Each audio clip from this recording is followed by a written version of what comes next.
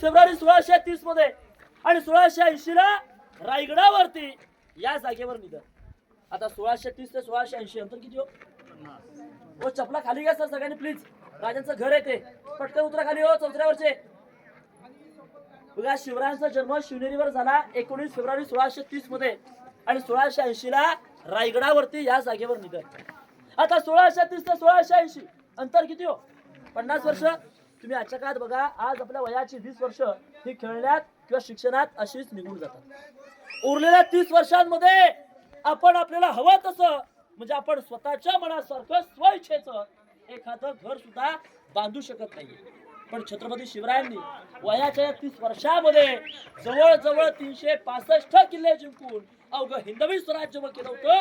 किती महाराज अनेक राजे होऊन गेले, आपल्या बापजात्यांच्या गादीवर बसून गेले, पण स्वतःची गादी स्वतः निर्माण करणारा एकमेव राजा म्हणजे छत्रपती शिवाजी. आणि त्यांचं रातगर वाडा पूर्णपणे त्याला 2 मजली होते. वाड्याच्या समोर दुसरा चौथरा लांब असा हा म्हणजे त्या काळातला मुतपाखाना, त्या काळातलं राजांचं स्वयंपाकघर. म्हणजे शिवकाळामध्ये राजमध्ये लोक स्वयंपाक इथं व्हायचा.